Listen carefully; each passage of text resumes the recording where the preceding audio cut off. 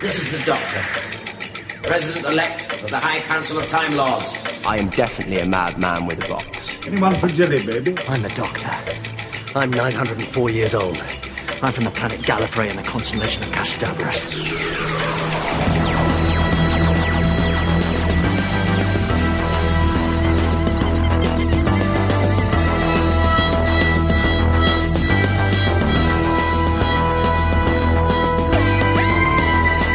Hey, Who fans, and welcome to the Big Blue Box podcast. My name's Gary. My name's Adam. And we're at episode 72. 72, woo! All systems go, as Tom Baker once said. All systems go. Yeah. We hope you guys have had a fantastic week. How have you been, buddy? I've been good, yeah, not too bad at all, thanks. Just getting back into the swing of things in the new year. How about you? Yeah, the same as, mate. Yeah, just trying to get settled back into the new year and just trying to look forward to things, really, rather than think about it as the big old slog. Yeah. Yeah, and definitely try and get back into the routine because this morning we've had a few technical gremlins. A lot of cybermats in the system this morning, haven't we? Yeah, on account of my stupidity this morning. Yeah, so we've recorded this once already. Yeah, we've had a rehearsal, which we don't normally do, so we've had a bit of a rehearsal. Yeah, so have you guys managed to find anything to do, Doctor Who-wise, over the last week, seeing as there's no Who on TV? The only thing I did notice, mate, was on BBC 4, they stuck a Tom Baker story on there. Oh, yeah. Yeah, The Face of Evil. Face of Evil. Yeah, Louise Jameson, who I love Louise Jameson. I think she's a brilliant companion. Did you watch it? I didn't watch it on TV, no. All right. I started to. As usual, I was moaned at by my other half. There must be something else on because we were having dinner, and so I did watch a little bit of it. I mean, obviously I've seen it a few times before, but it's a good one. We'll have to review that in the future. Yes, we will have to for sure.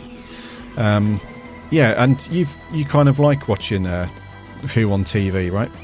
It has a different feel about it, and I don't know why. It's because it's live, and I think you get the feeling that other people may be watching, so you're not watching it alone and stuff. And do you know what I mean? When you put a DVD on, it's just you sat in a room. Yeah. You know, I'm normally on my own if it's Doctor Who because no one else will watch it with me. But when it's on TV, I mean, for example, I was sort of chatting to a couple of people on Facebook that were like, "Oh, Face of Evil's on in 10 minutes," and it just so they're watching it. And it feels a bit more communal, if you like. So yeah, there's something about it being on TV. It's always good to see Doctor on TV, especially classic stuff, which doesn't get shown that often. So I'm wondering if there was a reason they showed it. I don't, it wasn't an anniversary of it or something, or probably just to fill a gap on BBC 4, I should think. Yeah, that's normally the case, isn't it, with these things? And you were saying it got reasonably good viewing figures as well, you said, didn't you? Not too bad, yeah. I think it was, I'm sure it was like sort of 80,000 odd. Yeah. I'm pretty sure. And I think, if memory serves, because I remember reading it online the other day, if memory serves correctly, I think that is slightly higher than your average for that viewing time. I think it dropped off towards the end. I think as the third and fourth episodes came on. Yeah, so I think, actually, no, it got actually a lot more than that. I'm very sorry, yeah. 140,000, just over, which is above the average. I think that time slot, I think the average is about 80,000. Right. And it's got 140,000. So, and I think it went up to 180,000 altogether, so... That's promising, as I say. I mean, because obviously for BBC 4 as well, it doesn't get very high viewing figures. So that might mean they might start showing some more classics, which would be nice. Obviously, the horror channel was still showing some. I do often sort of just flick over to see what's on there. I don't know about you. Yeah, I'm just always curious to see because they show them all out of order. So it's a bit like a sort of lucky dip. You just switch over and which Doctor have we got tonight? And they've been showing some good stuff. They've shown a lot of Baker, obviously, which is always good. Mm-hmm. So it's good to have a bit of classic on TV. I have actually been watching a bit of classic this week. Obviously, I watched our review episode, but also I don't know if you've seen these commentary CDs that you can buy for Web of Fear and Enemy of the World. You know, Phantom Films produced these CDs that because the DVDs had no extras on. Phantom Films did these CDs, yes, with commentaries with Toby Haydock and John Levine's on there. Yeah, we spoke about those, didn't we? Yeah, so they turned up just before Christmas, and I haven't had a chance to listen to them. And the other day I put Web of Fear on and listened to the first two commentaries for those. And they're really good. I mean, Toby Haydock's always good anyway. But it's really interesting. John Levine hasn't joined the commentary yet, and I'm really looking forward to him coming on because obviously him and Toby have a good rapport together. Yeah. So I've been watching a bit of Web of Fear this week along with those commentaries, and that's been good. I mean, it's a good story, that one. Love Web of Fear. Yeah. Have we read that? I forget now. But yeah. I think we did that one. I think we did it. I'm sure we did.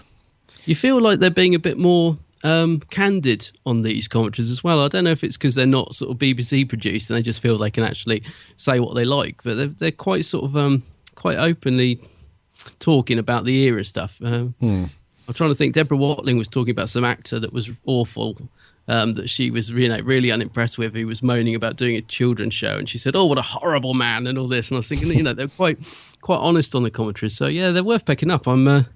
I'm looking forward to listening to the Enemy of the World one probably next week, see what that's like. Oh, cool. So, yeah, I've had quite a good bit of Classic Who this week. How about you? Yeah, cool. And just to touch on what you were saying there, we actually did the Web of Fear this time last year. Oh, wow, that's why I can't remember it. It seems it seems ages ago. Yeah. What have I been up to? Not much to do with Who. I've been doing a bit of research to see what conventions are on this year, because I want to try and get a plan in place to get out and about. And I saw on a tweet earlier today from Big Finish or the guys that run the event, but there's only going to be one day of the Doctors convention this year. Yeah, that's right, yeah. Which I think is in a couple of weeks' time with Sylvester McCoy. And it's the 16th, isn't it? Yeah. Yeah, and I was quite... Because I'm not going to that one because... although it's probably going to be a decent event, there's just not enough people there to go. I think if they had a couple of Doctors there and a couple more people, I probably would. But and nothing against Sylvester McCoy, but he's the only Doctor there. And you already met him. Yeah. So I think if they had like a trio like they had last time, that would have been cool. But I saw a follow-up tweet to say that they were using the rest of the year to put loads of time into a much bigger and better Day of the Doctors 9 next year. Ooh. So that might be cool. Yeah, because I like those events. They're good. Yeah. And also one of our listeners, Adam, I think on Twitter he goes by the name of Adam the Ultimate Whovian. Oh, yeah, I know Adam, yeah. He popped up to say that Colin Baker and McCoy are going to be at London Film and Comic Con in July. So we didn't get to that one last year because the tickets sold out really quickly. Yeah. Due to Michael J. Fox and the other Back to the Future people being there. So hopefully we'll get to that one this year because it's normally a good event. It's pretty big and get plenty of people there. Yeah, I like those events. It really does depend who they get because I went to the London Film Comic Con that was a few months before. It's a different venue, and it was pretty dead. I don't know if it's the one where I met John Levine. Yes. So I just sort of, because that was so quiet, I didn't even think about buying an advance ticket to the next one. I just thought, well, I'll just rock up like I did last time. But because they had, like you said, some really big guests at that one, it sold out really, really quickly. So, yeah, just depends. But I do like them. They are good. They're good fun. And there's always loads of cosplayers at those, which I love. Yeah. Yeah, so hopefully going to that one. And I think I might try and get to the Cardiff one as well, because I know Colin Baker's there, and they'll probably do some other people, so I might try and get to that one. Otherwise, I'm hoping to get to that one because I want Colin to sign my Regeneration set, so I'm eyeing up the Cardiff one. I'd like to do like a long weekend there and do that, and the experience is what I'm hoping. I don't know if that'll come off, but that's what I'm hoping to do. Okay, that sounds good. Yeah, yeah. Otherwise, just catching up with some other Who. I was checking out one. You guys might have heard of him, and he comments quite a lot. Is a guy called Tom Dix, and I think it was the last week of 2015 or the week after that. I can't remember, but I've only just got round to seeing it. He does these Epic Coup Awards. Oh, yeah. So they were quite cool. So I was checking those out. And I noticed you got a little sneaky nomination there, buddy. Yes, I got a nomination. I didn't win, sadly. So who beat me? I can't remember now. Probably those pesky Who Addicts or something. But those Who Addicts guys, I watched the awards. Yeah, it was good fun. I loved it. He did like the credits at the end were done in the style of the Star Wars. List at the beginning, and I thought that was a really nice touch. Yeah, it's good fun. Quite cool, yeah. There's always next year. There's always next year, yeah, Tom. And also noticed, Tom, that there was no podcast category in there. What's going on? Because I'm 99% sure he would have stole that one.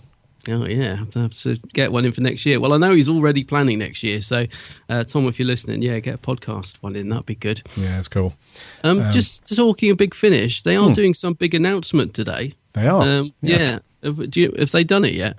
I don't believe so. All right, I'm just gonna open up their website on the laptop to keep an eye on that throughout the show, because it'd be great to get some breaking news, because normally, unlike some big announcements that turn out to be real damp squids, Big Finish, if they say they're going to announce something cool, generally tends to be something cool. Damp squids, love it. Yeah. So let's see, what have we got? No, nothing on the website yet, but there is some announcement coming from them today. What do you reckon it is? Is there something they've been planning for 35 years or something? No. Yeah, it's been in the making. Planning for a long time. Yeah, that's right. Yeah. So let's rewind. 35 years. That would have been... It's Adric, isn't it? Must be Adric. No, I don't know. Adric. I'm not sure, but yeah, we'll let you guys know. 35. Well, I'm sure you'll all see it anyway, as it's plastered everywhere, and we'll probably speak about it next week. But yeah, it's something big apparently is coming. And I'm trying to think, what haven't they done though? I mean, I'm trying to think, what could they possibly be? It could be Clive.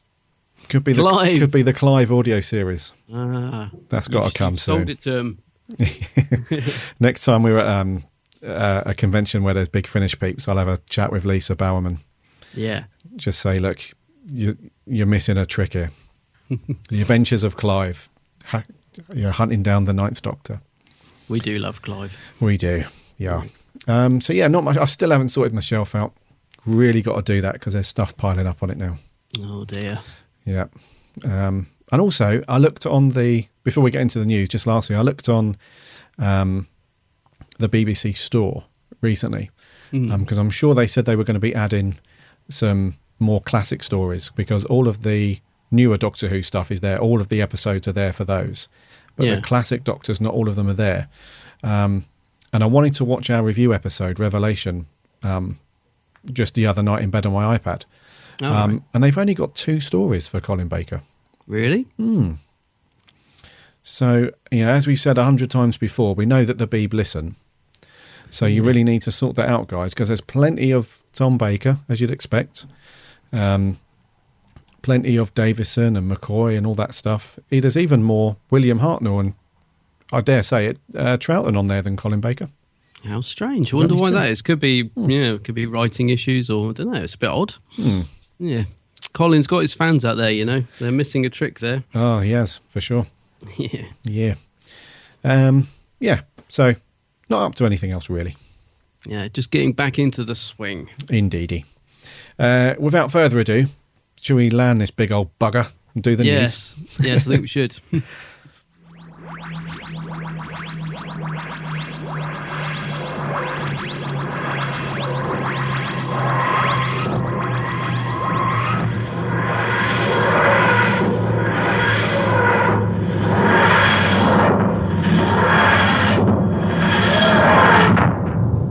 First up this week, we have a nomination for the show. Not our show. No. But the Doctor Who show. Not even the Doctor Who show. A nomination for Doctor Who TV series. You know the one starring that Scottish guy? Oh, I know the one. You know the one. So every January, the National TV Awards opens up their polls for the great British public to vote on their favourite shows, and Doctor Who is there, deservedly so, under Best Drama, which is cool. I mean, they don't have a sci-fi category, no, which I'm sure it would probably clean up on. if it was a sci-fi, which they don't have, interesting enough. But yeah, best dramas. Going up against Broadchurch, though, Mr. Tennant. Yes, yeah. There's a lot of fans on there. I remember speaking on Twitter the other day about it, and or was it Facebook? Yeah, I think somebody posted on Facebook and said they're going to vote for Broadchurch. What? Yeah. Traitor. Yeah, they said it's up against Broadchurch, and I wasn't that fussed about Series 9, so I voted Broadchurch. Oh, dear, oh, dear. Yeah, it's up against Downton Abbey, Broadchurch, and Casualty. Oh, dear, it should wipe the floor. I mean, I don't watch Broadchurch, but I hear it's very good, so I can't judge that. But, I mean, Casualty and Downton Abbey, give me a break. Yeah, I mean, as far as I don't watch Casualty, I don't watch Downton Abbey. No. Now, Casualty is one of those things that is just an unchanged formula, isn't it? Yeah. It's just the same old. It's a bit like, I remember years ago, my mum watching it, and she also watched this police, The Bill. Oh, The Bill. And I remember the two of them being exactly the same story every single week. Yeah. So I don't think Casualty should win. Downton, I don't watch it. But even Maggie Smith hates Downtown, and she's in it. Yeah. I saw a brilliant interview of her. I love her. I saw a brilliant interview of her because she doesn't mince her words, does she? She was just like, he said, "Oh, are you pleased it's finishing?" She's like, "Oh, yeah." She really wasn't like fussed about saying it's been a real drag to do, even though it's, even though it's so popular. Yeah. So the only other one I watch in that category is Broadchurch, and I must admit, I really, really like Broadchurch. It was a great drama, really well written. And David Tennant was very, very good. Every time I dipped into that, the woman was just constantly crying. Like, I kept hearing how good it was, so I'd occasionally sort of flick over and say, "Oh, Broadchurch, I'll give it a go." Yeah, and it was just what's that actress's name? She's really good as well. She was in Peep Show and The 11th Hour, and the other officer. Something Coleman. Olivia Colman. Olivia Colman. Yes, yeah, great actress. But every time today, she's just bawling her eyes out. Just like, oh, I can't watch this. Yeah, she was a bit. The first series was like that as well, where the mum of the boy who got murdered, she was every episode bawling about something. But yeah, so I did really like that. However, my loyalty has to lie with Who, of course. Of course. And Who did have a good run for a while with this award, didn't it? It won it for a few years running, I think. Yeah, Tennant won it, and then Matt Smith won it, didn't he? But it kind of trailed off a bit, didn't it, in the last year or so? Yeah. So we could do with coming back. I mean, I'd love to see Who pick this award up. I think it deserves it. I mean, there's a lot of good stuff in Series 9. So, yeah, I'd like to see Doctor Who win it, obviously. I'd love to see Capaldi get up there and accept it. Yeah, of course. That'd be awesome. So get voting. We've put I've put a link in the show notes for this. But if not, if you just do a search for National Television Awards, it will pop up, and then you can. It's really easy to vote. It's like 7 or 8 different categories, and they've got these really big panels. You just put a big tick in the box, and then just put your email address at the end. Job done. I must admit, when you put the link up the other day, I did do it, and there's quite a few because you can skip categories on there, which I really liked because I hate the soaps. I don't watch any of them. Me too. I can't understand why anyone would want to bring that amount of misery into their own home. But so yeah, I'm really pleased that you don't have to vote for one, because I must admit, if I had have been forced to pick one, I would have just not bothered filling it in. But you can actually skip categories, which is really good. Yes. So I skipped all the soaps, went straight to the Doctor Who one, and voted, obviously. So yeah, good luck, Peter Capaldi, and Jenna, if you're there. Yeah. That's a good point. If you're not filming Victoria. Yeah, so that's cool. Okay. In other news, our US buddies, you're lucky because Tops, is this the same as Top Trumps, or is this different? Tops? This is different. It's different, is it? Tops, yes. Double P. Yes. Trading cards have recently released a new set in the US of A, featuring 200 base cards. And these, I mean... I don't know about you, but as soon as I saw these, I wanted to get my hands on them. I love these kind of silly things. Yeah. Amazingly, it says this is the first comprehensive Doctor Who trading card released in the US, which I find really hard to believe. I assumed because trading cards are quite big business, aren't they? Like, collectors of these things really hunt them down. I've seen people sort of paying lots of money for, really rare cards and things like that. Yeah, they go for like hundreds of pounds, some of the rare ones. Yeah. So the company Topps, that they started doing sport, like US sports trading cards, like years ago, like back in the 50s or 40s or something. Yeah. And I think their only other big sort of franchise they do outside of sports is Star Wars. Right, okay. And the Star Wars Topps cards, they've been going for like donkey's years, and some of those are worth a lot of money. So, and it's good that they're releasing a decent size amount as well. So 200 cards is quite a lot. It's quite a lot to collect, and some of them are signed as well. Yeah, I mean, I'm assuming it's a print. Well, it must be, because I think it's got some of the early Doctor's signatures. But yeah, you could get ones with autographs on the back. You can get ones with bits of clothing. I always find them weird. I've never actually managed to get any of those. They have like a little piece of fabric attached to it, which is like the Doctor's trousers or Ood alien costume or something like that. Yeah.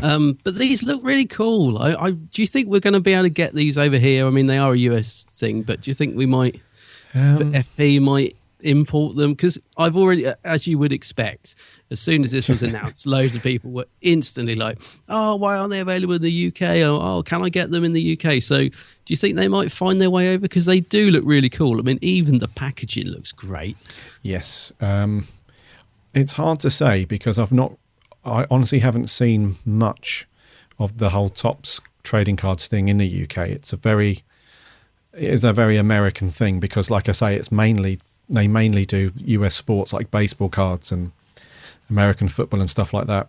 Possibly, I mean, yeah, probably as a short term win, it would probably be people like Forbidden Planet importing them in and stuff. But I got a bit excited then, because I just noticed at the bottom of the news article, it does have a link to click to Amazon. It says order on Amazon, and I've just clicked on it thinking, maybe. But no, it's the US Amazon. So, yeah, you lucky people. These look great. I'm sure they will find their way over here somehow. Probably people will be selling on eBay for silly money or something. But really nice little collector's cards they are. Yeah, very cool. Yeah, very cool. So that's it for the news. But just before we head off, Gary, I want to ask you, did you see this brilliant video that Peter Capaldi did that's gone viral, where he basically he got sent a YouTube video with people wishing him happy birthday.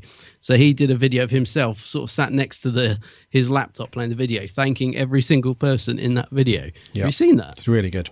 He is the man, isn't he? I just love Capaldi.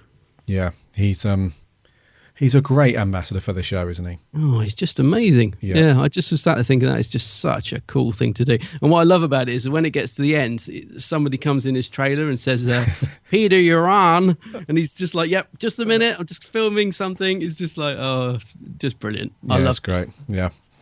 And actually, one last thing before we move on to our review is if you're listening to this today, the day it goes out, which will be the 8th of Jan, that would have been Mr. Hartnell's birthday. Oh, yes. Billy Hartnell. Yes. Yeah. Amazingly, he was born in 1908. Oh, my goodness me. Yeah. Happy birthday, Mr. Hartnell. Yeah, the man who started it all. The guy who started it all, yes. Without you, we wouldn't be sitting here today. So, yes, that's the news done. Adam, my good fellow. Yes, Gary. What are we reviewing today? Well, we're going to take a little TARDIS trip to tranquil repose because we're reviewing Revelation of the Daleks. I see you've been busy. Whereas you have been stupid, Doctor. Prerogative of a Time Lord. Where's Perry?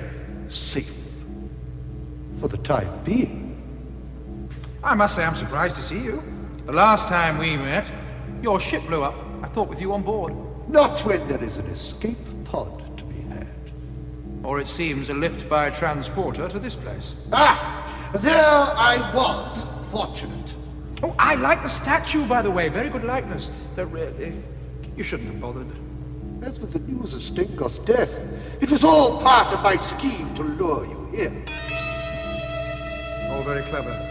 And apart from a little grave robbing, what else have you been up to? You cannot steal what has already been abandoned.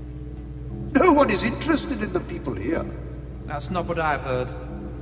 As your grave-robbing friends have now been exterminated, you will not hear the complaint again! Do you never do anything but kill?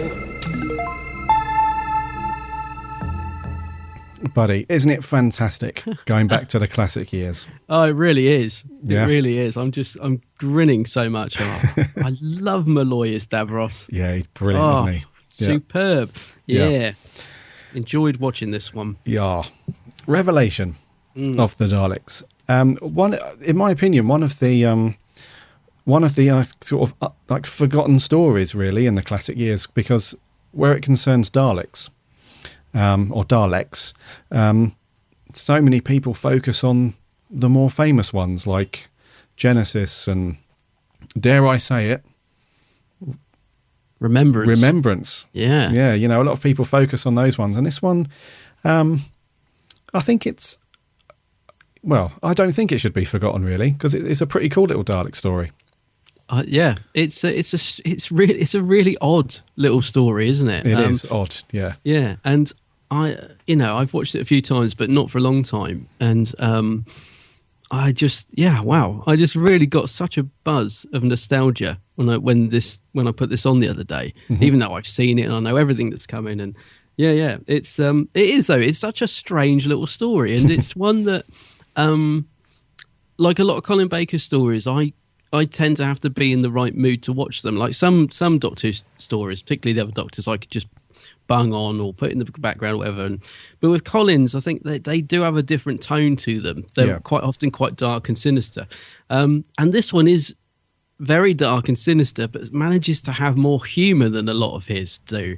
And it really works as well, I think. I mean, there's some really dark moments in this that perhaps normally I wouldn't, because like Attack of the Cybermen, I find quite grim at times. It can be. Whereas this, it is grim, but it's just madness. Anyway, we'll get into a bit more in it. But it's a crazy, crazy story. This one. It is pretty crazy, and it's one of those stories. You know, with some Doctor Who stories, and I'm sure you guys will agree that there are some stories where the script isn't great, the story's not very good, and the acting's not that brilliant. So you tend to watch through these episodes and feel a little bit, that wasn't too great. To me, this is one of those stories where it's got some great bits in it, and it's a bit wacky, and it makes you overlook the not so good bits in it. Totally, because you're just enjoying it. You're just going with the story. Yeah, that's right. I mean, the story in general is pretty. It seems kind of complicated on the surface, but it's actually really simple. Really, it's just the case of Davros is sort of underhandedly bringing back the Daleks. Pretty much it. He's somehow escaped from, because the last story that he was in was Resurrection of the Daleks, and that's when he's getting all the shaving foam flying at him, isn't it? And he's going, "Oh, what is happening?" That's the last we see of him, isn't it? He's kind of like just spinning around with shaving foam flying out of him because of the Morellon virus, whatever it's called. Shaving foam. They kind of don't. They don't really explain how he got out of that, do they? He kind of brushes over it with like something about an escape pod, and that's it. Yeah, that's what I was going to say. We last saw him, and he was in not too good shape, really. Yeah. But now he just seems to be completely fine, and has escaped via an escape pod from somewhere. But and that's basically the plot point, isn't it? The people on this on Necros, which is such a cool name for a planet. Necros, yeah. Yeah, so the people on Necros, it's based in this futuristic funeral home, isn't it? Yeah. Called Tranquil Repose. And he's pulled the wool over their eyes, really, because they refer to him as the Great Healer. The Great Healer, yeah. But secretly, he's taking people and sort of turning them into new Daleks, really. Yeah, and also there's something I noticed at the end which I'd never picked up on before, which is actually quite a big plot point. It's something about that Kara's running like a food factory, isn't she? That Kara woman, and like today it turns out that they're eating their own dead or something. And there's a line at the end, and I was thinking, I never noticed that before. It's about something about eating their own dead, and the Doctor's like repulsed by it. Yeah. Davros is just laughing insanely. So he's got a lot going on. He's got it all figured out, hasn't he? Anything that's not good enough to be turned into a Dalek has basically been turned into food, I think. Yes. And obviously you were saying like we don't know that how he escaped from that virus thing. Mm-hmm. What I liked about this is because it starts off that it's not the Davros that we know in his chair, is it? It starts off that he's this head in a tube. Yeah. So I kind of thought, oh, right, so obviously he escaped, but only his head survived or something. Yeah. So I kind of like that, even though we find out later on it's a bit of a doppelganger, if you like. A red herring. But yeah, I like that because I thought, oh, okay, so they're not explaining it, but that's, we can see that he's not in a good way after resurrection. Yes. So, yeah. Because when I first watched this one, a couple of years ago now, I think, that's what I immediately thought. I thought the last time, because he had the whole shaving foam thing going on, I thought, wow, this has really left him in a bad way because it's now just a head. But it turns out it was a decoy. Yes. I'm assuming. I don't know how he did that. I don't know how he's engineered that, but clever man. Yeah. So this story picks up, like many Doctor Who stories, with the Doctor and his companion, in this case Perry, have landed on this planet, and then the sinister events unfold, and it's down to them to, well, not just them in this episode, but them with a lot of help, I would say, to save the day. There's some great characters in this. I think that's one of the things that makes it really, really good, is that there's some really, really good characters introduced in this. And some of them are slightly hammy, some of them sort of play up a bit, but they kind of don't go over the top. I really, really love the characters. With the exception of one. They may. Yeah. I think I know the one you're going to say. Yeah. I think I may agree with that. We'll see. But overall, the characters are really, really interesting in this. They're just everybody's so watching their own back, and they're just so they're not evil, are they? But they're all. They're quite a selfish race, aren't they? These people, everyone in it's just sort of like looking out for their own. Yes. Yeah. So the groups of characters we've got, we obviously have the Doctor and Perry, who arrive on Necros for a funeral, which I think he's got a nice big coat on, isn't he? Blue coat. His blue coat, and Perry's all dressed in blue because apparently that's the colour of mourning on Necros. Yeah, and the TARDIS light looks like a yoghurt pot, but we don't know why. It looks like a yoghurt pot. Oh yes, yeah. It looks a bit something wrong up. with the TARDIS light. Yeah. And then we also so that's the first group, and they all kind of convene towards the end, but that's the first one. The second one, we have the people that work in the funeral parlour. So we have the guy that was famously in Keeping Up Appearances, Clive Swift. Yeah, quite a few years later with Mrs. Bucket, and he's an interesting character, and he's getting chased around by Jobel. No, he's called Jobel. Oh, sorry, not Jobel. What's Mr. her name? Jobel. She's got a funny name. What is it? Tamsin Beaker. Tamsin Beaker, sorry, yeah, Jenny Thomason. Yeah. He's getting like constantly hounded and stuff by that, and that's like its own little story and its own thing. Then we have Davros and the Daleks, or the new Daleks, should we say? We have the woman who is running this like famine relief food thing, who conspires to kill Davros. Mm-hmm. She hires this really cool guy called Orsini, and his little sidekick Bostock. Mm-hmm. He's like this bounty hunter, assassin type of guy. They're really cool. And then we have these like smaller characters, like these couple of little renegade Necros peeps. She's trying to track down where her father's gone. That's right. And she ultimately finds him in this really cool little story twist, which is very cool. It's visually very interesting, that bit, isn't it? Yeah. The whole see-through Dalek with it's quite grim, actually. Yeah. The glass Dalek casing. Yeah, you can sort of see all this, I don't know how to describe it, like all this bubbling, looks like liver. It's just, I don't know, it's just a blob with some metal teeth in it. It's really well done, actually. For its time, yeah. Yeah, for its time, yeah. Well, that's at that point, because when these two guys are hunting around trying to find, it's Natasha, isn't it? Natasha and Grigory. Yeah. They're trying to hunt down her father who's gone missing. But before they find him, they find these human brains in jars. And then when they find him inside the glass Dalek, and you find out later on in the story that Davros is removing the brains from these humans, and then basically, what's the word they use? Metamorphosizing the body down into Dalek form. Yeah. So you just see this little mini mountain of flesh and gunge and all sorts of crap, isn't it? It looks, like you say, it's well done. It looks really cool. It's really grim. Yeah, it's grim. Really pretty grim. And it's grim when he starts talking to her as well. You just see like part of his head and his face, and he's got this like metal plate on his teeth, isn't it? It's like it's all metal apart from one tooth. It's it's as I say, it's simple but effective. I really liked it. Love the glass Dalek as well. I kind of wish we got to see a bit more of it, because in my head I always think we see it like quite a lot, but really you get like one brief shot of the whole thing, and then the rest of it's pretty close up. It looks great. I love it. It does look very cool, and it's one of those things where whenever you see things like that in Who, I don't know about you, mate, but I immediately jump to like, oh, that would be cool as like a desk lamp.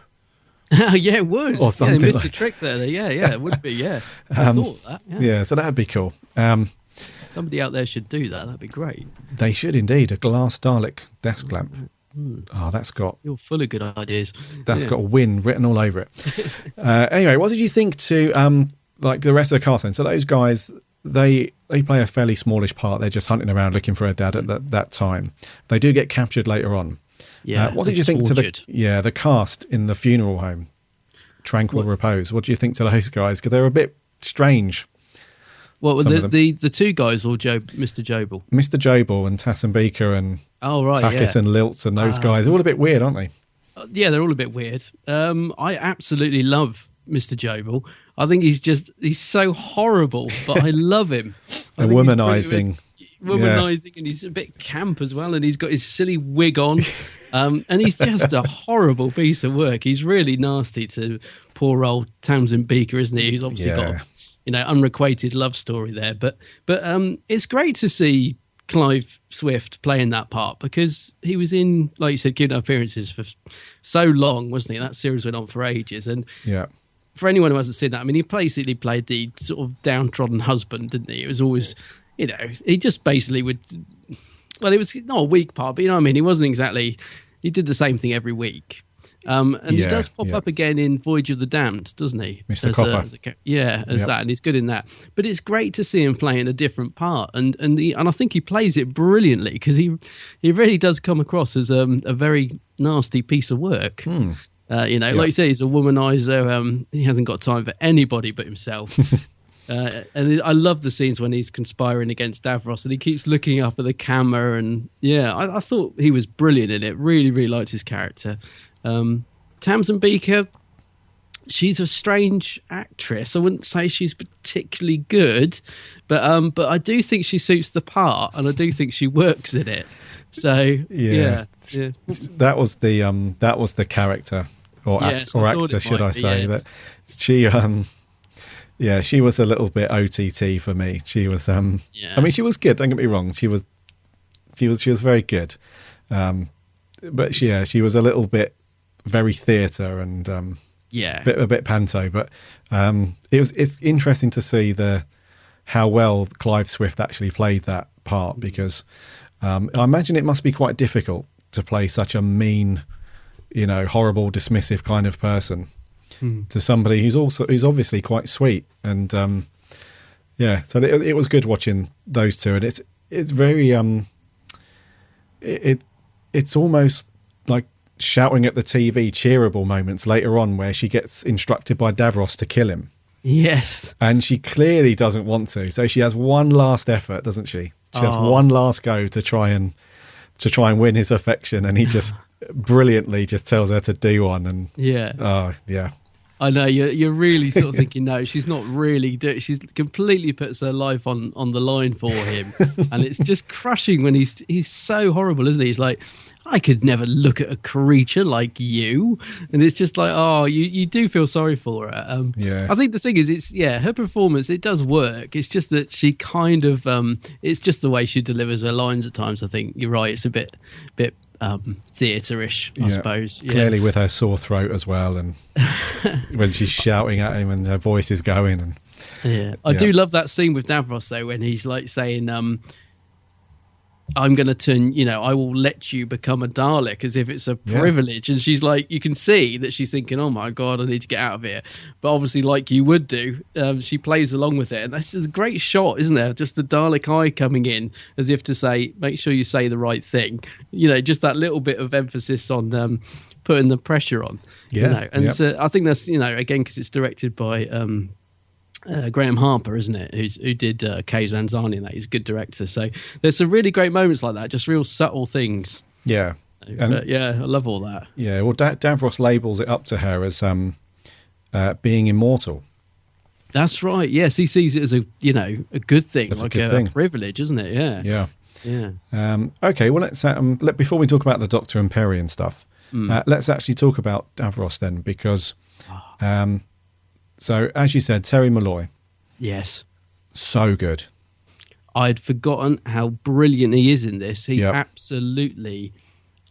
Well, he does not steal the show, but he's so good in this. I just...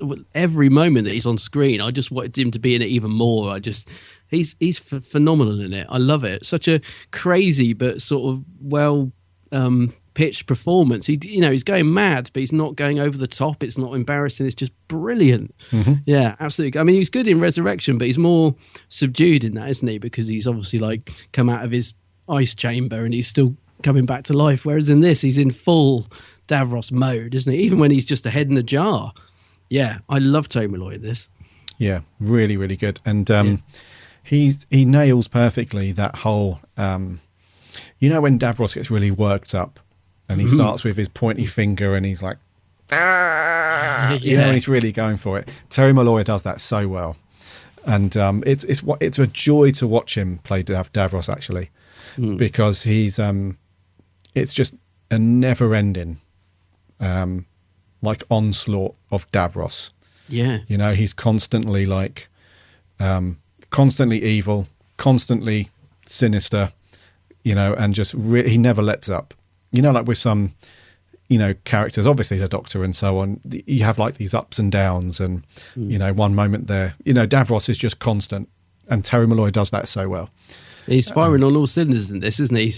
He's really got loads of schemes going on and it's all going well for him. And even when he's being betrayed, he knows it, so he's on top of it. And I loved, as I said, that reveal when it turns out that head's just a fake, and it cuts to Davros sort of slightly, I don't know if he's on a wall or something, but he's slightly high up, isn't it? And it's just like, oh my God, he's back, yes. Yeah. Just brilliant. And he seems to be able to fire laser bolts now, which is not quite sure. Never seen Davros do that up until this point, but he can sort of fire a laser from his eye in his hand in this one, which is not something we've seen before. From his third blue eye, or his only eye, depending on which way you want to look at it.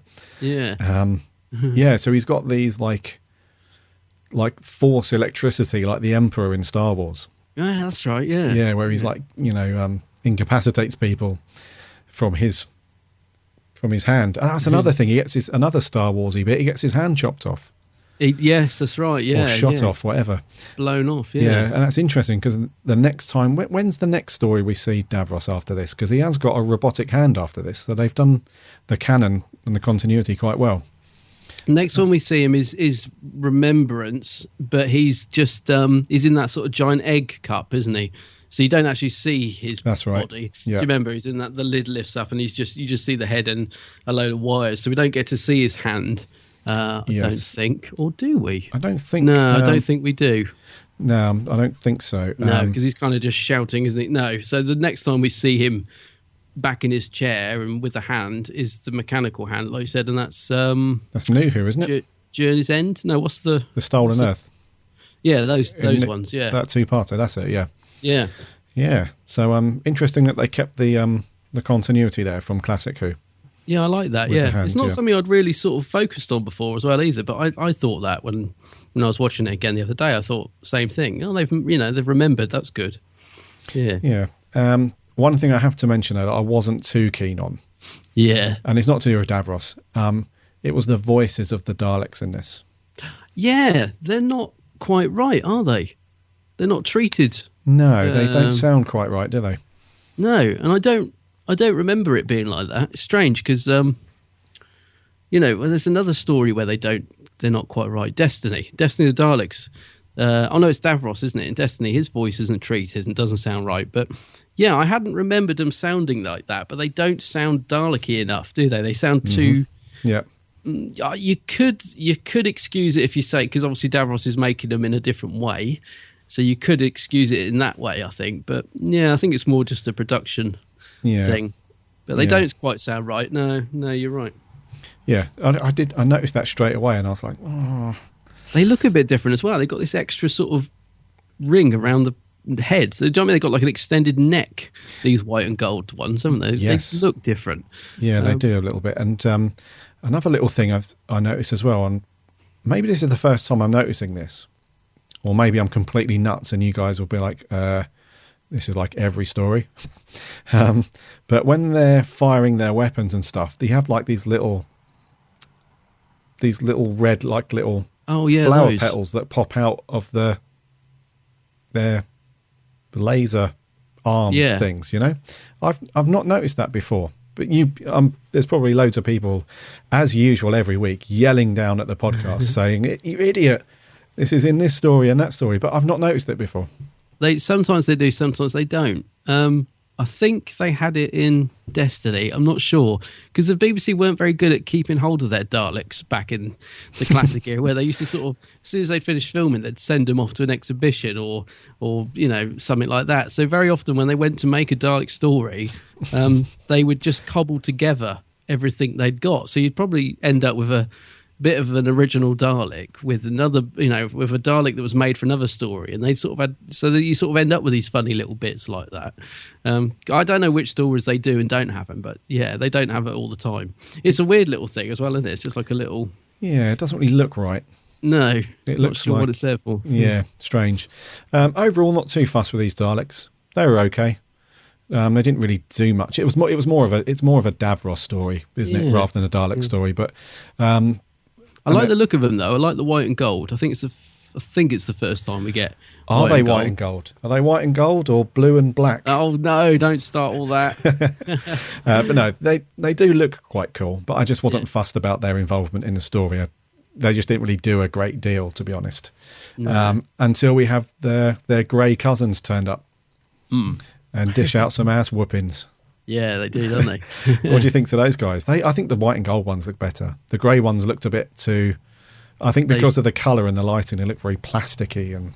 Yeah, they do, and they're all broken as well. Like, if you look at them, the whole, the thing around the middle is broken on a lot of them. Yeah, no, I prefer the look of the white ones, but like you said, they don't get a lot to do. There's a good shot, when Orsini is first sets off to kill Davros, and they bump into a Dalek, and it's done on a real location. It's a shame the Dalek isn't more animated, because it's really good to see that white and gold Dalek actually outside. And it's a real rustic location they found as well, so it looks really good. Yeah. And obviously they blow it up, but it doesn't seem to be moving, and it's such a shame because it's a great shot, but it's just so unanimated that you sort of think, oh, there's no one in there, is there? It's just an explosion pack. Yeah. But it's a good.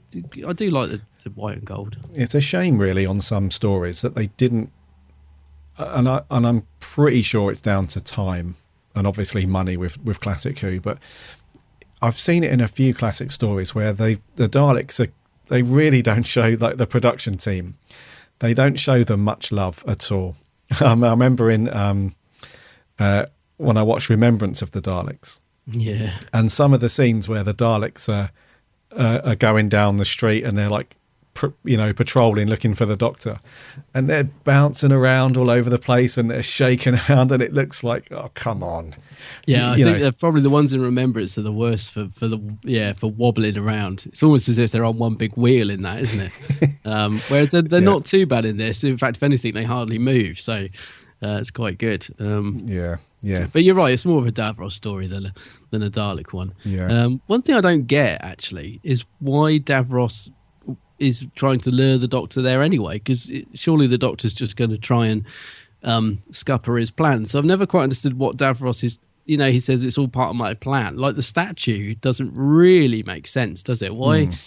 And also, how did he know the Doctor would see it? The whole statue thing is a bit silly, although it makes for a bizarre cliffhanger.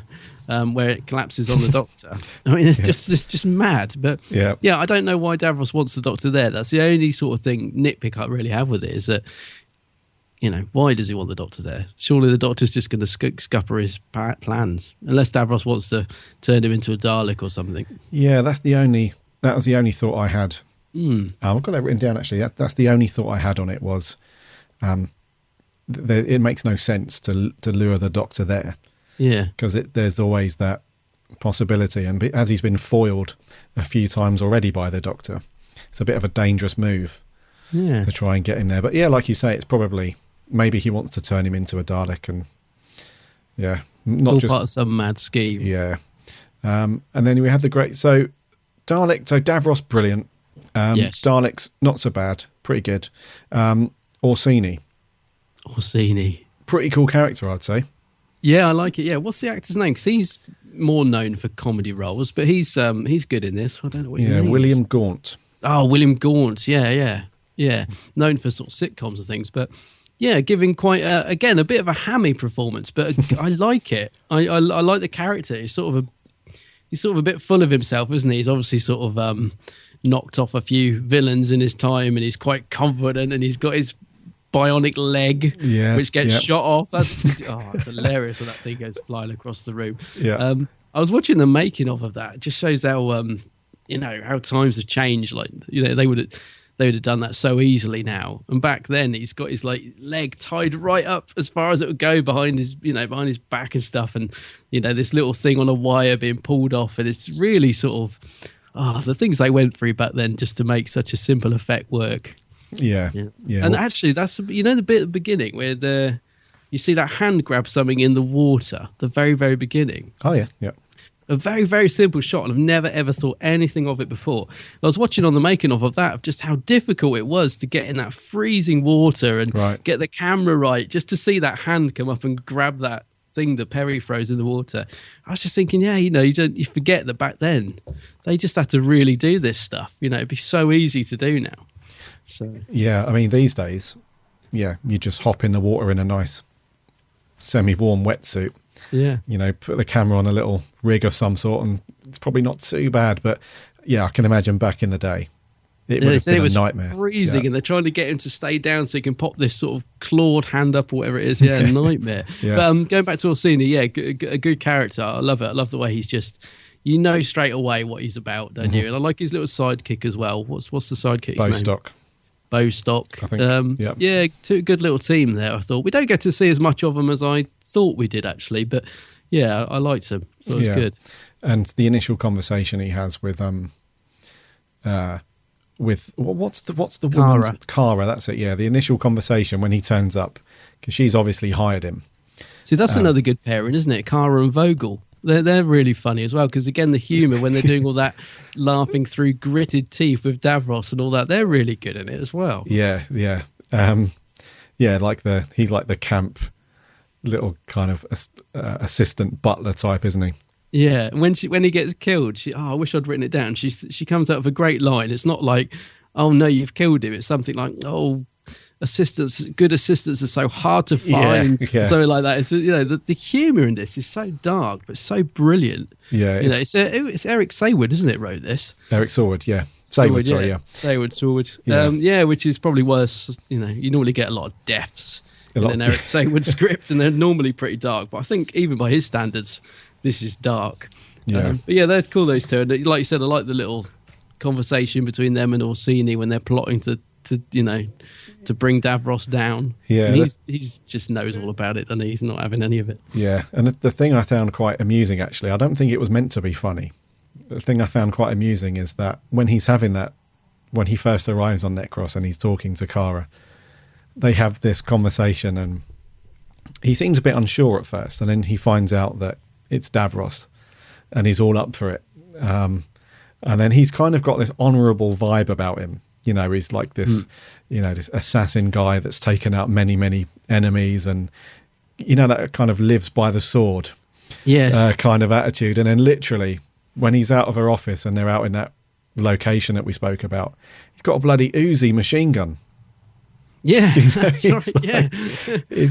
not an old faithful tool, isn't it? Yeah, he's not messing about with a sword. He's like, "Oh, screw that.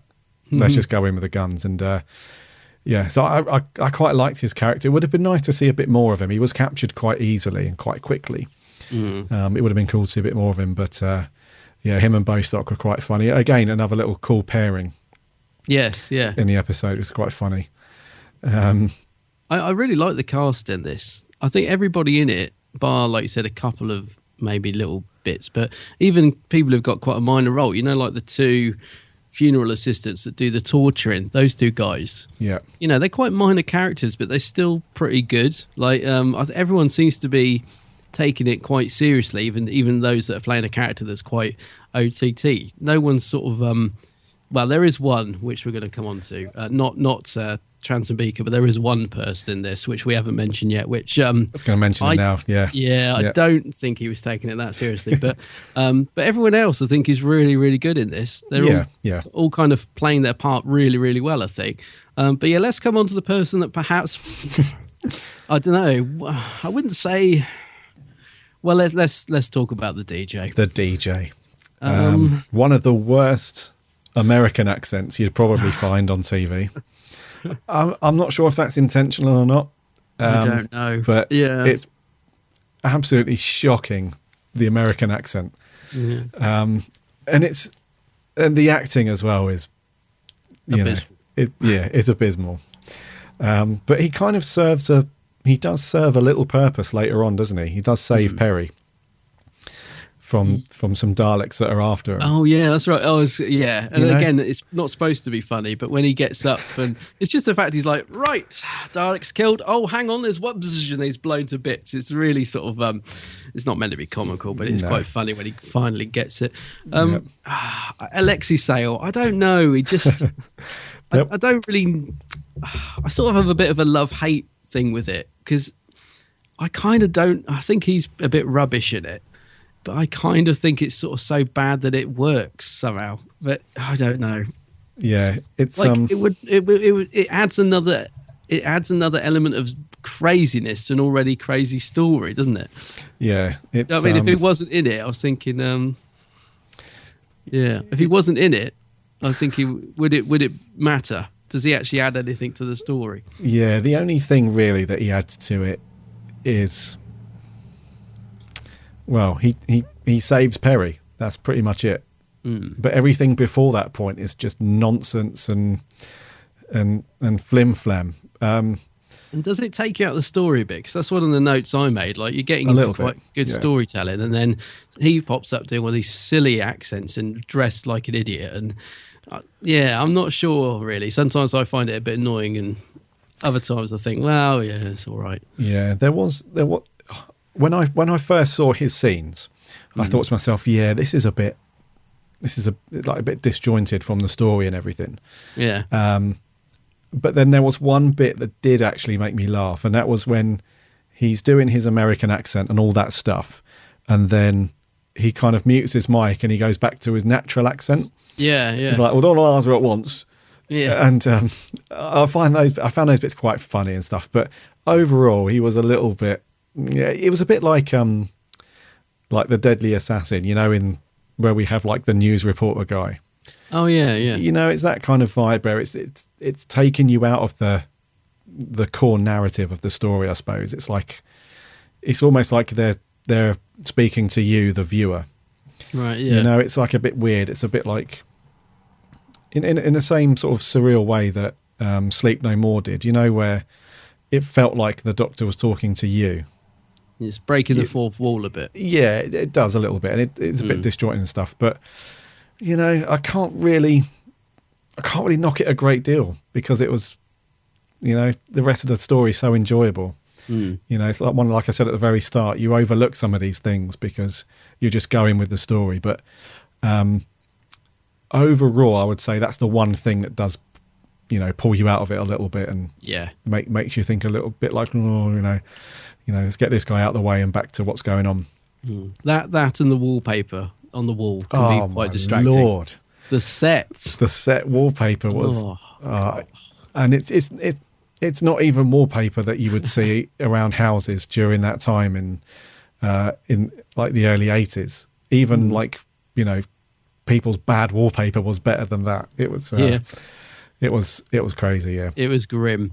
There is one person that I think gets even less to do than the DJ though, and that's Perry. She gets absolutely nothing to do. Let's in this talk about those guys. At all. Yeah, you're right. Yeah, she does nothing. Yeah, the Doctor just says, "Oh, you go off and meet the DJ," and that's it. She really doesn't. I was all the way through. I kept thinking Perry is just like following the Doctor around, doing absolutely bugger all in this story, and I felt a bit sorry for her actually because she doesn't really get much to do apart from whine. Like, there's a scene at the start of her and the Doctor, and they're kind of bickering, and that's one of the things that used to annoy me about the Sixth Doctor era is that her, the Doctor and Perry, just every episode bicker, and I used to think, oh dear, because it seemed like lazy writing to me. And there's, so immediately this episode starts off with them landing and bickering and stuff, and she's really whiny as well.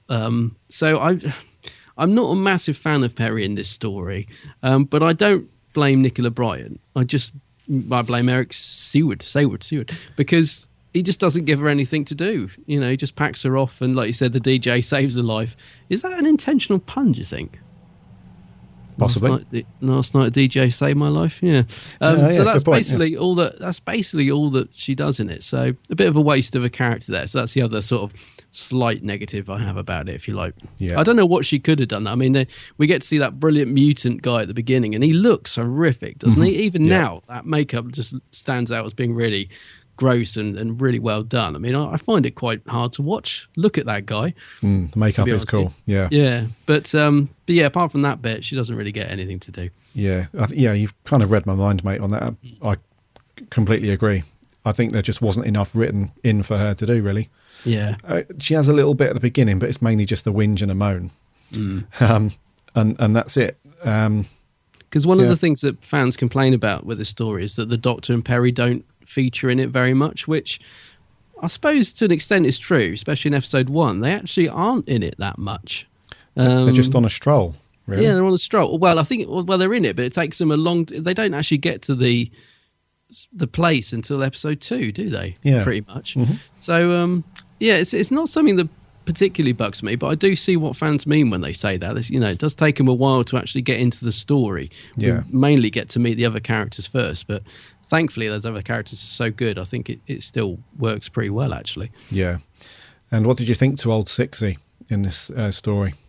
Yeah, I like Colin. I mean, this is it's the end of his second series, is it? Or is it his first? How many did he do? Because obviously after this we get the famous 18-month hiatus or whatever it was. So I think Colin was just starting to rock and roll as his Doctor, actually. It's a bit of a shame that we don't, when he comes back in trial, he's kind of literally on trial. So trial of a time. Yeah, that's right. Yeah. So I think Colin's good in this. I do like Colin's Doctor. I think, again, he doesn't get an awful lot to do in terms of the actual story, which is why I said earlier Terry Malloy kind of, steals the show in this one a bit. Yeah, Colin's good. I do like Colin. I mean, he's so good on Big Finish that you can see what great potential he has. So I often feel a bit underwhelmed by his Doctor on the TV. But I think he's good in this, yeah. Cool. What about you? What do you think? Yeah. Sixy. Yeah, I don't mind Colin Baker. I think he's... sometimes I feel sorry for Colin Baker. For a couple of reasons, really. I mean, there are things like, as an example, the first proms that I went to. Oh yeah, I think it was 2012 or 2013, something like that, and they had a series there where they were playing each of the Doctor's themes. Oh right, yeah. And obviously every Doctor got their own cheer and stuff like that, and Colin Baker always gets the least amount of cheering and applause and love, really, when they're going for all of the Doctors. Everybody explodes when, Tom Eccleston and Tom Baker and David Tennant, all that stuff, which is fair enough. But, Colin Baker, I don't know, he always just seems to get the least amount of love. Like if there's if you put all the Doctors in the room, don't get me wrong, there are some, he definitely has his fans for sure. Yeah. But I feel sorry for him sometimes, and it's just a miracle, really, for Big Finish. Because he's much better, I would say, so good in Big Finish than on TV. But yeah, overall, I don't really mind his Doctor. He's quite cool, and I do quite like him in this. It's just some little Colin Bakerisms, really, that are like, oh, okay, because like there's the way he acts, he can be very brash, and I'm sure that's what he's putting into the character, but he seems to repeat things he seems quite annoyed a lot, especially at Perry. Yeah. And he repeats things and makes her feel like completely stupid all the time. And like at the beginning of this episode, she's like, so who's this guy we're here to see or something? And he's like, Guy? Yeah, and he's immediately, her face is like, oh, here we go. Yeah. Said the wrong thing again. And so that kind of grates on me a little bit after I've watched his Doctor for a little while. He's constantly, making his companions feel like crap, really. Yeah, you've got to ask yourself why Perry actually travels with him. That's the thing. Whenever I'm watching it, I always think, if that was me, I'd have been out of there ages ago, especially after the Twin Dilemma where he tries to strangle her. I mean, I often think, you need a bit more warmth between those two, because why on earth would she still be travelling with him when he talks and treats her like that? But I know what you mean about the mannerisms. Yeah, if you can imagine somebody like Tegan or Donna Noble or somebody, they would have slapped him one long before then. So you do feel a bit sorry for Perry as well and stuff like that. But overall, I thought he was good in this. I thought he had some good lines and some good scenes, and I don't mind his Doctor. I think he's okay. There was just like little bits little mannerisms that he does that I'm not too fond of. But yeah, I think his era is a strange one. I mean, I think that's probably why he sort of, like you said, can be overlooked a little bit, because his stories are very up and down. I think this is one of the better ones. There's some Colin Baker stories I really struggle with.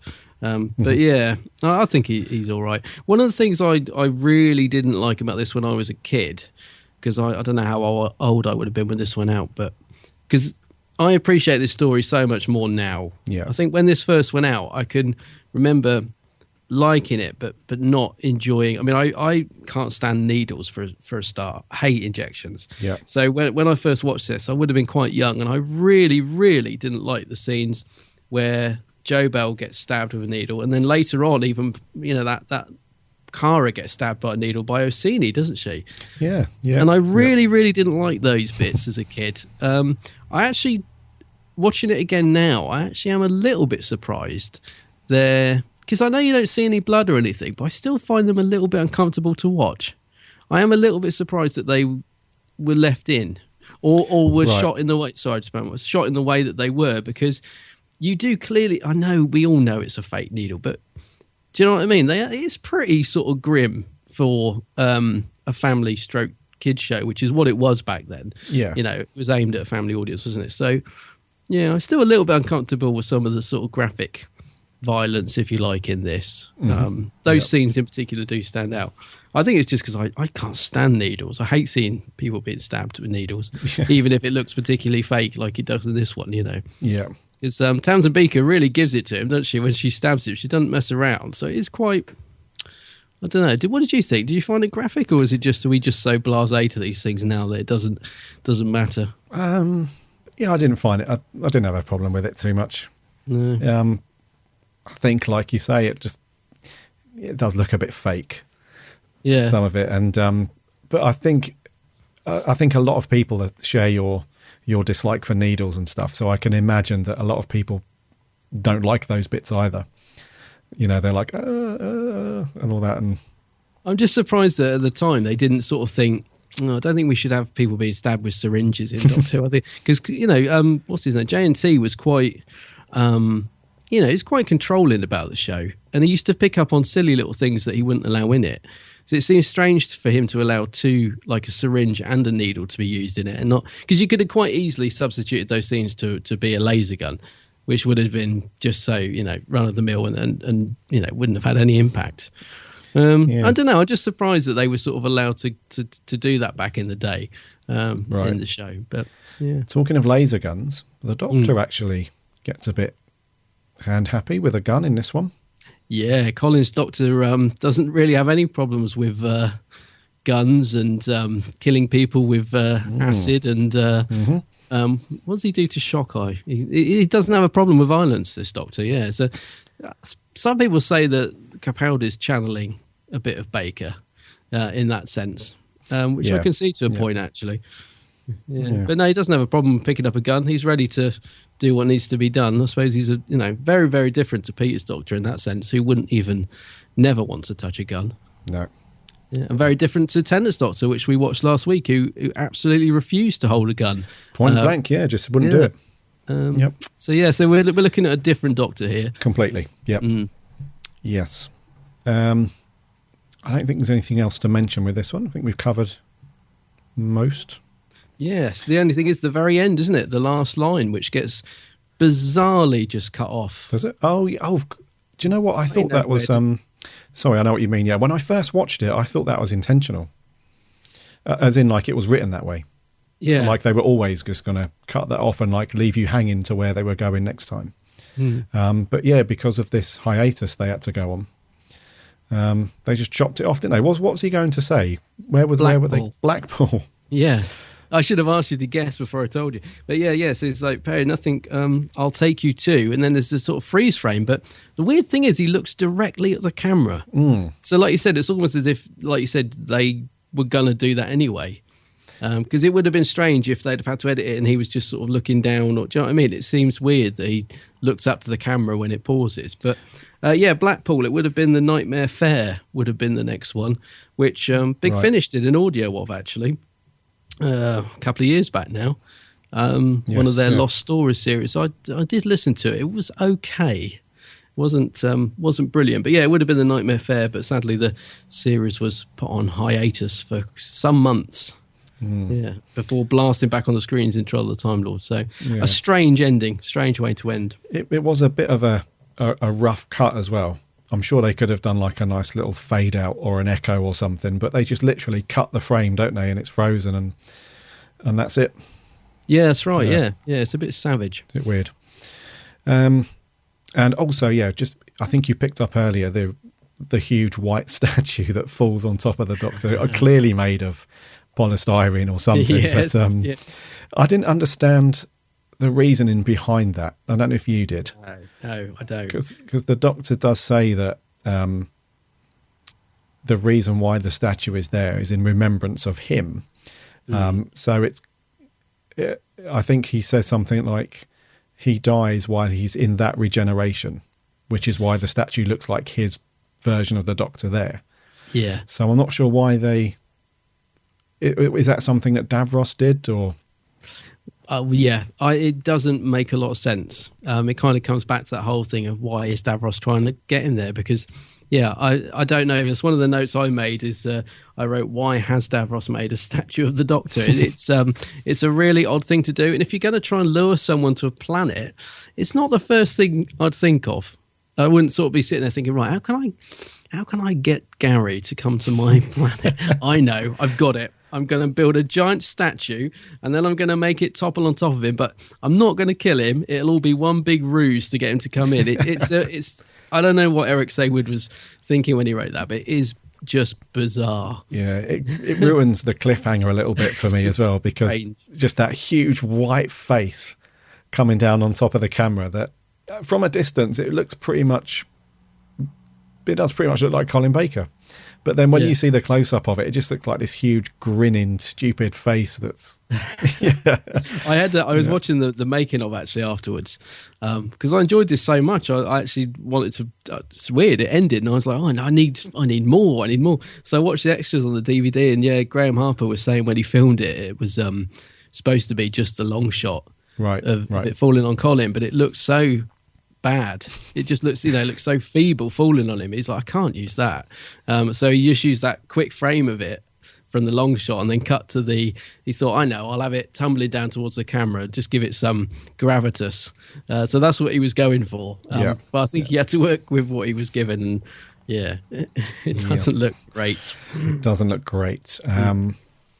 Yes. Why does Perry just assume he's dead as well? The best bit about that, though, is the way that Mr. Joe Bell just minces on from the side, as if couldn't care less that her best friend's just been splattered all over the pavement. He's just like trying to chat her up within seconds. I love that. Yeah, he's a funny old character, isn't he? He's becoming one of my favourite characters. So funny. Yeah. You have affection for this man? Yeah. It's just got his horrible grinning face on the screen. Yeah. Brilliant. He plays that very well, actually. I love it. Yeah. Rightio, Revelation of the Daleks then. Are we going to kick off 2016? Who's going to go first? You go first. I go first, okay. I will give this an 8 out of 10. Right, yeah. I've written the same, actually, but I'm actually going to go up. Yeah. I'm going to an 8.5. I'm doing the countdown thing of showing you my score, but you can't see it because of the light. I'd written 8 out of 10, but I'm going up because I really, really enjoyed it, actually. The only things that took it down for me were the DJ and Perry, and maybe the statue. So I'm going to go 8.5 just to be different. I'm just going to add in an extra 0.5 there. Just to be different, yeah. I really enjoyed it. I really enjoyed watching this. A lot more than I thought I would. I mean, really enjoyed rewatching this. Oh, buddy, yeah, you've read my mind again. I was literally just about to say I enjoyed it a lot more than what I thought I was. Yeah, and I think when we do watch back these episodes for review, I think you do the same, as where I do try to wipe my mind of any sort of preconceived thoughts or people's views on it and how they view certain Doctors or episodes. Yeah. So I'm glad that we do that. Really, I don't like going into episodes, thinking, oh, this is going to be rubbish because someone on Twitter said it was absolute crap 2 weeks ago. So, but yeah, I did quite enjoy this one. Yeah, it was a great classic episode. Yeah, you have to go with a clean slate. I think it's different when you watch an episode to review as well, because you have to find good and bad in it. A bit like when we did Time of the Rani. I love that story. I just really enjoy watching it. But obviously, when you go to review it, you got to look at it subjectively. So yeah, I always go into these with a completely clear slate. Yeah, yeah. But I'll tell you what's a good sign of if you've enjoyed something is that I immediately wanted to watch more Who after watching it. That's like I said about watching the extras. Yeah, so I always know I've enjoyed something, and I'm like, right, I need to watch something else now. I need more. So yeah. No, I agree, mate. And what did you guys think? On Twitter, we had Master Whovians. I think those guys, they were setting up a new blog or YouTube channel or something the other day, and I think those guys have got some cool stuff coming. So you might want to check those guys out. They said it's a great episode with a great cliffhanger. One of Colin's finest, and in my opinion, the last great Colin Baker episode. 7 out of 10. Over on Facebook, Sammy Satine. She says, I recently watched this story. I'm not much of a Sixth Doctor fan, but this was good. Solid episode. I like Perry. I also enjoy stories which feature Davros and the Daleks. They are so refreshingly evil. Also, back then, they seemed to put a lot more effort into Dalek stories. 7 out of 10. Andrew Boland, who recently started following us on Facebook. Hello, Andrew. He says, this is one of the eeriest, darkest and brilliant Doctor Who stories of all time. It's as close to perfect as they can get. 10 out of 10. Very cool. We had an audio clip in. This is from a long-time listener, Mr. Alex Kingdom. Hello, Gary Allen from the Big Blue Box podcast. Hope you guys are well. Now, this review of Revelation of the Daleks, I always get some of them mixed up. I haven't seen this in a while, so do forgive me if I don't get things spot on. Overall, though, I really did enjoy this episode. I thought it was good. That Colin Baker and Penny are always fantastic together, I think they always have that chemistry. Davros, again, a great character in this one. I think the whole plot as well about how bad the Daleks are, and that we see a different colour Dalek, which we will try to get in remembrance. I think it's a really cool plot, and those two guys, I didn't like them that much, but apart from that, I really did enjoy it. So there you go, guys. I'm going to give it a 6.5 on memory, because it's not the best story ever, but it's always a nice one to go back and watch if you're bored. See you guys next week. Thank you, Alex. 6.5 from Alex. Yeah. I must admit, I know what he means about getting them mixed up. When you asked me to introduce it earlier, I had to look at my notes to make sure I got only because it's resurrection, revelation. Easy to get them muddled. Yeah. Following on Facebook, Lewis Palmer. A very good story. Although it is a bit slow, it's an incredibly fascinating and twisted story. I like Colin's relationship with Perry because it shows the evolution of their dynamic. I do like the ending, though. I'll take you to... Cut off. Kieran Knight. Very good story. Brilliant direction from Graham Harper. And I like Colin's blue suit. Did it pretty cool. Fionn Walsh. Really like this story. Colin Baker era does get criticised a fair bit, but I truly believe this is one of those better episodes. Really like it as a whole. 8 out of 10. Did you have anything over on the Geeks Handbag page? Yes, I had a couple, yeah. I'll just get those up on the screen. Just while I'm doing that, I just remembered you talk about the blue cloak, reminded me of I do like the scene where Perry crushes the Doctor's pocket watch. Oh, God, yeah. Forgot about that. That was hilarious. Tips all the contents out. At first I was thinking, what's she done? I thought she'd ripped the coat or something. Yeah. That was a nice little scene. Yeah. Geek Sandbag. Adam Time Lord Fishwick just says, great story. Richard Hawkes, long-time Doctor Who fan, Richard, he says, didn't like it at the time, love it now. The black comedy is marvellous. The Doctor going to shake hands with Davros despite having his hand blasted off is pure magic. So Richard quite likes this one. An ad-lib by Colin, apparently that was, which doesn't surprise me.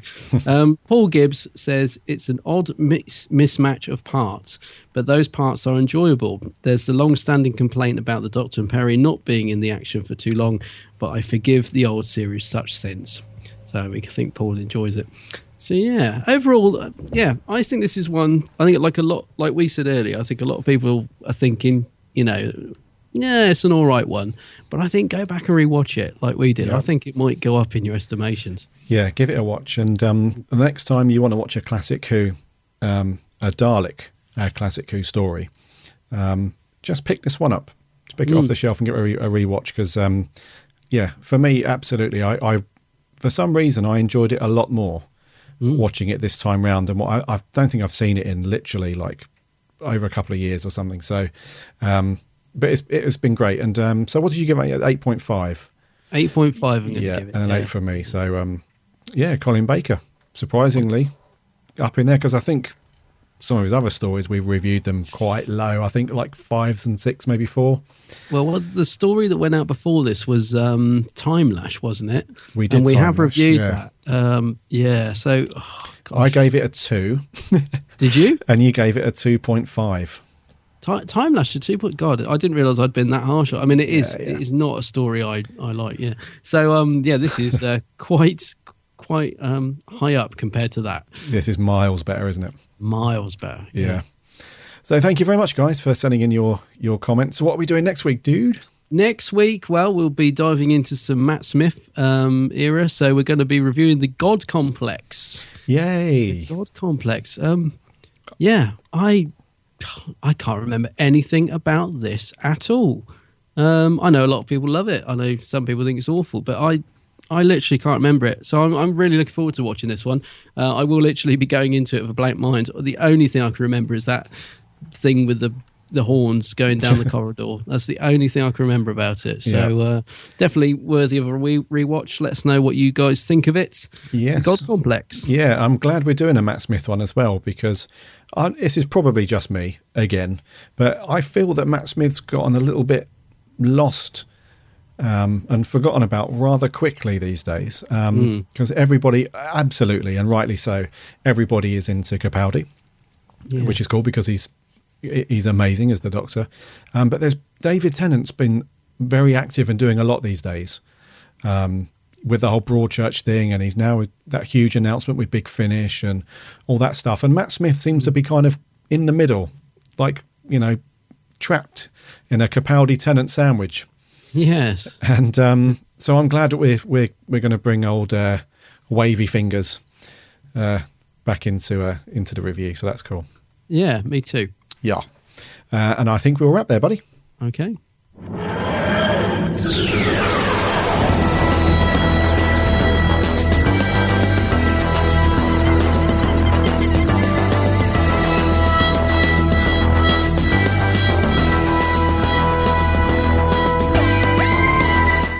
So that's episode 72, done in the can. Sweet. Yeah, really enjoyed talking through that one, actually. Like you said at the beginning, so good to get back into classic. Yes. And I think I've put on Twitter a couple of times over the last week or so that I'm really, really looking forward and happy that we're back into the classic stuff, because as much as I've loved the Capaldi and all that stuff, I've got so much love for the classic years. So I'm glad that we're going back now that the new stuff has finished. It gives us a chance to dive back into so much awesomeness from the classic years. Yeah, there's so many I want to do. I said to you earlier that I've got some in mind that I just simply am bursting to review with you. Yeah, so me too, good buddy. Times ahead. Good times ahead, indeed. Yeah.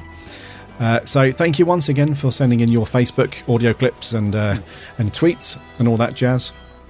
Please continue to do so, and look out for the Facebook listing or post probably tomorrow, Saturday or Sunday, for the God Complex, and you can put all your thoughts and reviews and pain points or moments of joy, whatever, and we'll read them all out. As always, we love your comments. So in the meantime, though, do check out the website, bigblueboxpodcast.co.uk, and from there you can link off to subscribe in iTunes or Stitcher or whatever you like. And you can also follow us on Twitter and Facebook. And if you listen on iTunes on an iPhone or a Mac or whatever it is, if you could jump on and give us a review, that helps us out massively. That would be really great. Also check out Adam's channel, The Geek's Handbag, on YouTube and Facebook. Yes, Confession Dial videos should be out by the time this podcast go out. All technical problems not evading me. It should be out now. Yay. And check out some of Adam's other videos. Go right back to the beginning. All the way back. Yeah, some great stuff there. And we look forward to seeing a Confession Dial. Yeah. Rather jealously looking forward to seeing that one. I'm just pleased to have got it done, and it's only 4.5 minutes. It's taken me weeks. So anyway, so I hope people enjoy it. Yeah, cool.